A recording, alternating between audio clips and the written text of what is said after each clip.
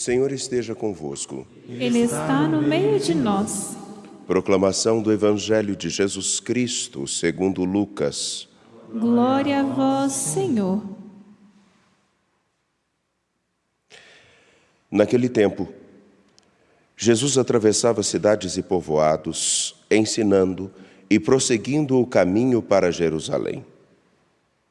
Alguém lhe perguntou: Senhor, é verdade que são poucos os que se salvam?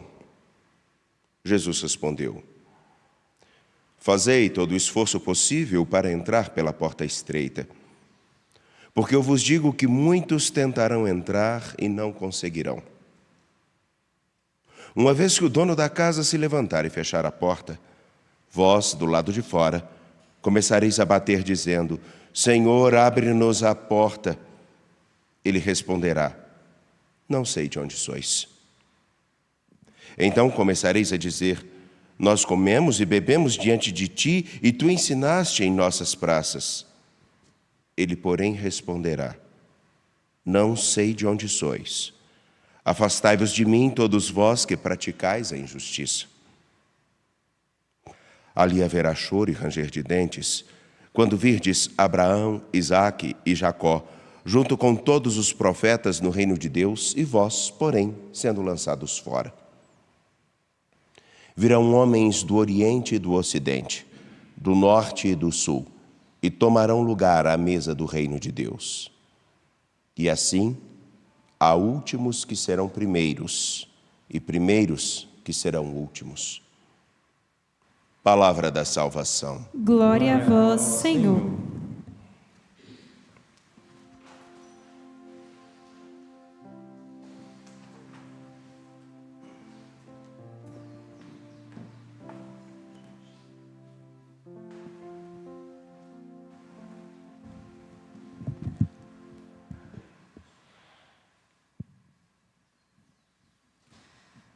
Amados irmãos e irmãs, reunidos nesta basílica dedicada à Senhora da Piedade, nos sentimos verdadeiramente acolhidos pela ternura de Maria, a Mãe de Jesus. Aqui estamos verdadeiramente como peregrinos. É a primeira vez que retorno a este lugar, desde que fui nomeado bispo da amada Diocese de Divinópolis. E aqui retorno hoje como peregrino, trazendo comigo os jovens eleitos ao diaconato. E fizemos hoje a nossa peregrinação. Tivemos a oportunidade de subir essa montanha, contemplando a beleza do nosso estado de Minas. E certamente, ao chegarmos aqui, colocamos no colo de Maria as nossas preces, as nossas súplicas, e no nosso coração trazemos tanta gente, pessoas queridas a nós, nossos familiares, amigos, benfeitores, irmãos e irmãs que conhecemos ao longo da vida. Antes de chegar aqui, pude passar uma mensagem para o meu irmão e ele me disse assim: ainda quero conhecer este lugar. Então trago aqui também o desejo de tantos irmãos e irmãs que desejam conhecer este lugar onde recebemos o dom, o amor que nos é oferecido através da devoção a Maria, a Mãe de Jesus, a padroeira do estado de Minas Gerais. Aqui estamos para fazer a experiência do discipulado, a exemplo de Maria. Ela é a primeira discípula, a discípula perfeita. Se queremos seguir Jesus, devemos imitá-la. E o que Maria fez ao longo de sua vida? Guardou no coração tudo aquilo que se referia ao seu filho. Portanto, quando celebramos a Eucaristia, quando nos colocamos na presença do Senhor, devemos guardar no coração o que Ele nos diz. E Jesus nos fala sempre que proclamamos o Evangelho. Diante do texto bíblico que proclamamos na liturgia de hoje, devemos então nos perguntar o que esta palavra diz a nós hoje, nas circunstâncias da nossa vida, no tempo presente da nossa existência. O primeiro ensinamento que colhemos nos vem do grande apóstolo Paulo, que nos diz: o Espírito Santo vem em socorro da nossa fraqueza. Irmãos e irmãs, ao longo da vida é preciso que nós nos reconheçamos sempre pequenos e fracos, porque só assim a misericórdia de Deus encontrará abrigo no nosso coração, na nossa existência. O Espírito vem em socorro da nossa fraqueza. O Espírito Santo é o grande presente que Jesus ressuscitado nos ofereceu com a sua Páscoa.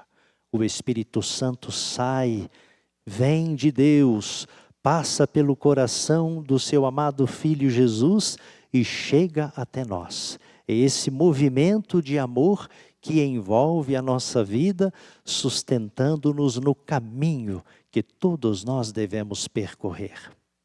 O Espírito vem em socorro da nossa fraqueza. Esta é a nossa alegria, o nosso consolo. Saber que podemos contar com a força do Espírito Santo para podermos prosseguir a marcha da vida. Jesus foi conduzido pelo Espírito Santo. Jesus, ao longo de sua missão, fortalecido pelo Espírito, anunciou o reino de Deus e caminhou decisivamente para Jerusalém, o lugar onde ele ofereceu a sua vida na cruz. O Evangelho de hoje nos fala de Jesus atravessando cidades, povoados, ensinando e prosseguindo o caminho para Jerusalém. E Jesus arrasta atrás de si um grupo, aqueles que aderem ao seu ensinamento, seguem-no, vão atrás de Jesus. E Jesus caminha sem medo para Jerusalém, indicando que este é o lugar onde nós devemos permanecer. Ali Jesus oferecerá a sua vida, ali os discípulos também deverão testemunhar o Evangelho. Portanto, Jerusalém é, antes de tudo, um estado de espírito. É aquilo que define a nossa vocação. Jerusalém é a cidade do amor até o fim. Ele nos amou até o fim. Portanto, é ali que Jesus permanece. É ali que Jesus está e é ali que ele deseja que os discípulos também estejam. Portanto, Jerusalém é sinônimo de fidelidade renovada. Jesus caminha para Jerusalém. E enquanto ele caminha, ele se encontra com algumas pessoas. Ele conversa, ele dá atenção. No caminho da vida, por mais longo que seja, nós não podemos ser indiferentes às pessoas, mas devemos estabelecer diálogo, comunhão, amizade, proximidade. E Jesus dá atenção a todos. E por isso as pessoas têm liberdade de se aproximar dele. No Evangelho de hoje, uma pessoa se aproxima de Jesus e lhe faz a seguinte pergunta: Senhor, é verdade que são poucos os que se salvam? Mas Jesus não lhe responde se são poucos ou muitos. Se o fizesse, ele poderia gerar no coração daquela pessoa dois sentimentos. Se ele dissesse que são poucos, esta pessoa certamente cairia no desespero. Se ele dissesse que são muitos, esta pessoa correria o risco de cair numa certa acomodação. Jesus não está então preocupado com a quantidade, se são muitos ou poucos os que se salvam, mas ele anuncia o reino e faz uma proposta de vida para aquela pessoa. Para cada um de nós, Jesus tem uma proposta de vida, um projeto de vida. E o que Jesus diz àquela pessoa?